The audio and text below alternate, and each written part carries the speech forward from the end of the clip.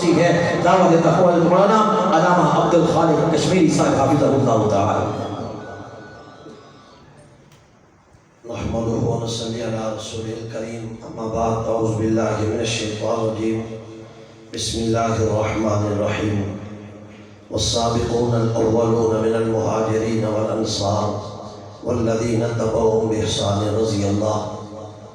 قال النبي صلى الله عليه وسلم اذا رايتم الذين يسبون اصحابي فقولوا لعنة الله على شركم.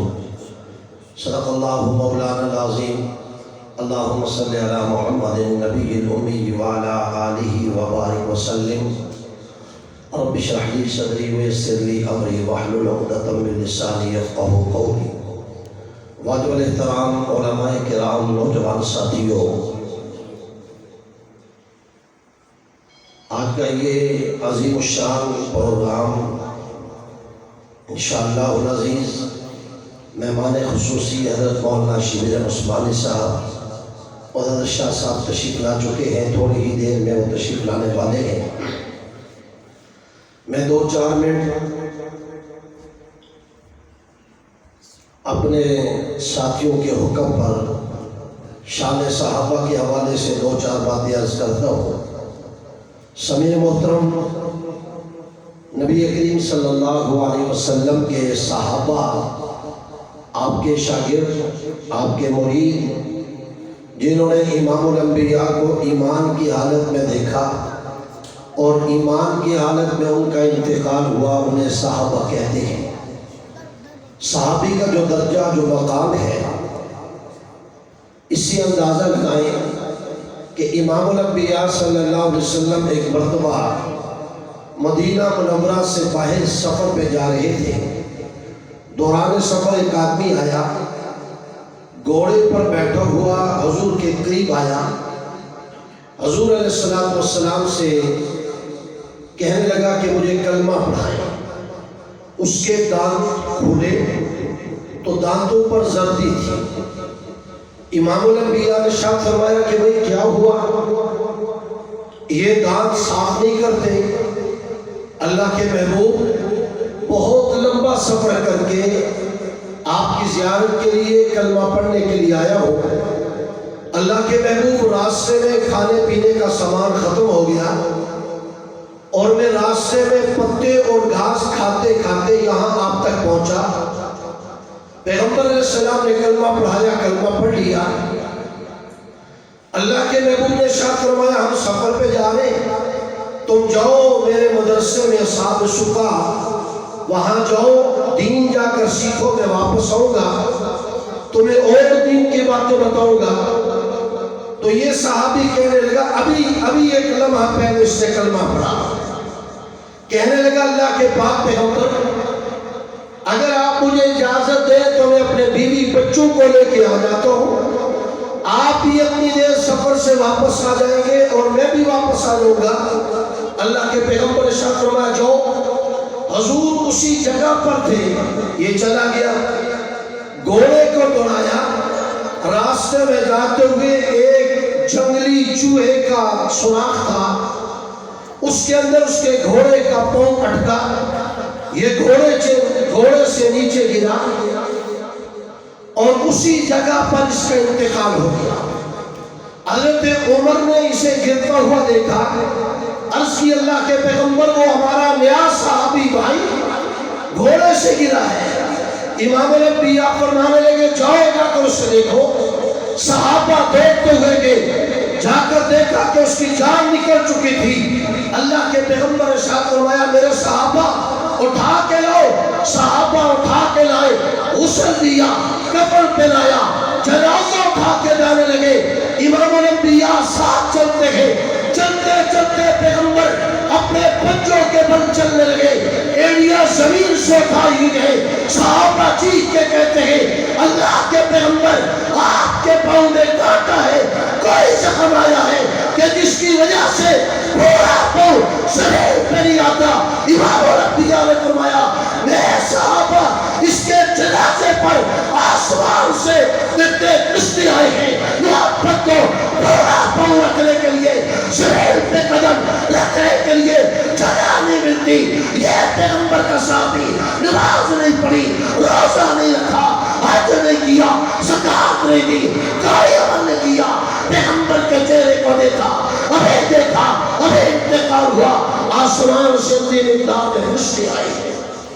میرے بھائیوں غور کرو, نبی کا صحابی وہ ہوتا ہے کہ جس کے لیے اللہ کریم اتنا اعزاز اس کو عطا کرے.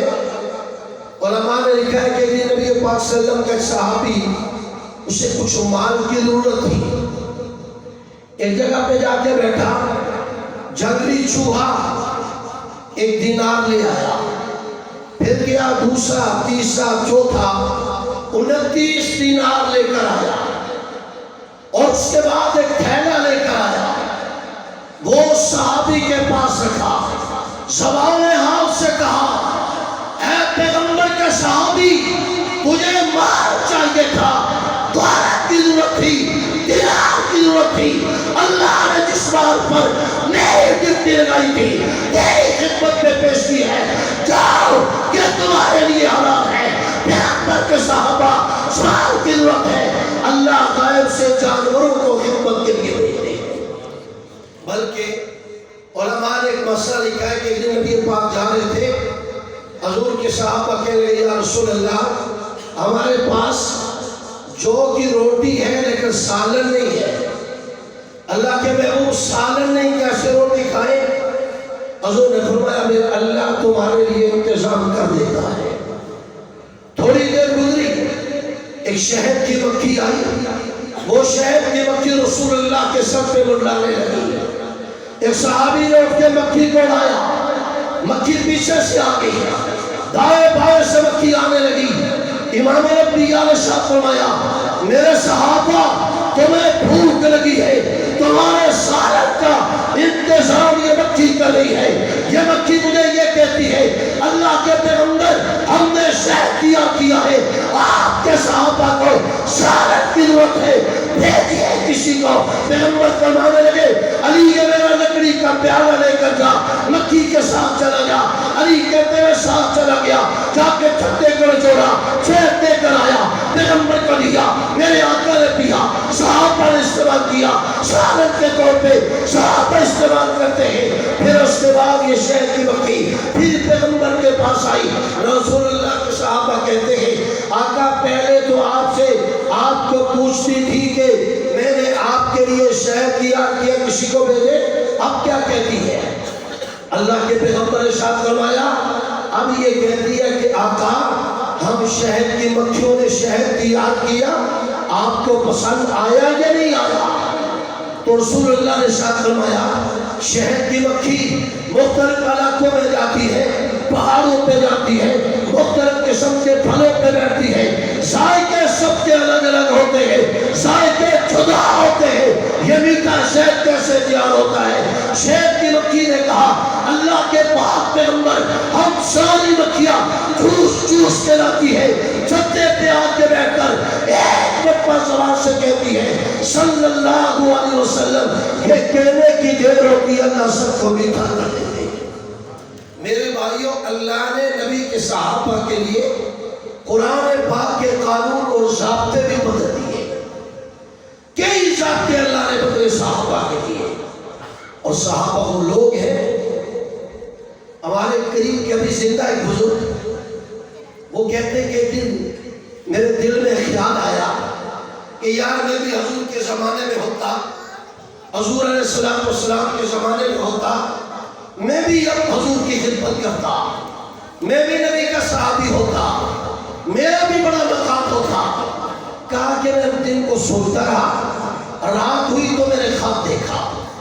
خواب کیا دیکھا کہ امام الانبیاء ایک بس پہ سوار ہے, آقا علیہ السلام کے ساتھ بس میں ابو بکر, عمر, عثمان, علی, طلحہ زبیر یہ صحابہ بیٹھے گئے. اچانک بس چڑھائی پہ چڑھنے لگی, بس اوپر کو جانے لگی. ڈرائیور نے کہا جناب بس کی بریکیں فری ہو گئی ہے, اب یہ بس میرے کنٹرول میں نہیں ہے, کوئی آدمی اتر کر اس کے ٹائروں کے نیچے پتھر روڑا لگائے تاکہ بس رک جائے. یہ اللہ والا بزرگ کہتا ہے میں خواب دیکھتا ہوں کہ میں بھی اسی بس میں بیٹھا ہوں، اچانک میں نے وہاں سے چھلانگ لگائی، نیچے اتر آیا اور میں نے روئے اینٹیں تلاش کی، جب مجھے کوئی چیز نہ ملی میں بڑا پریشان ہوا کہ بس میں پیغمبر تشریف فرما گئے، آقا کے یار بیٹھے ہیں، اگر حادثہ ہو گیا پیغمبر کا کیا بنے گا، صحابہ کا کیا بنے گا؟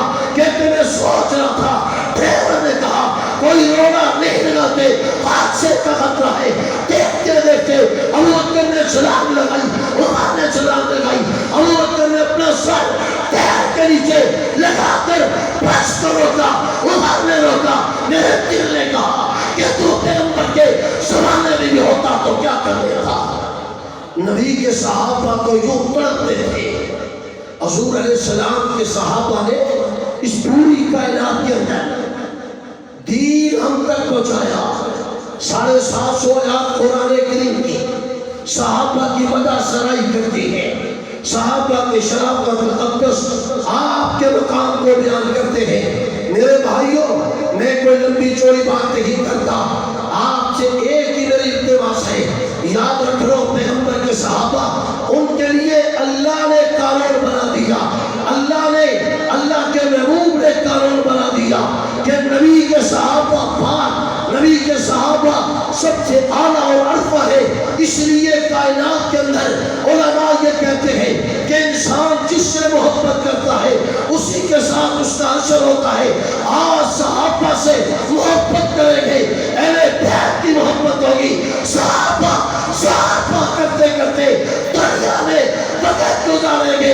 یاد رکھو مرتے وقت بھی انسان کے سامنے وہ چیز آتی ہے جس سے محبت ہوتی ہے۔ صحابہ سے محبت کرو گے تو انشاءاللہ مرتے وقت صحابہ کی زیارت ہوگی۔ اور یاد رکھو بس اوقات چھوٹا سا کوئی گناہ بھی انسان کو نیکی سے معروف کر دیتا ہے، وہ دور کر دیتا ہے۔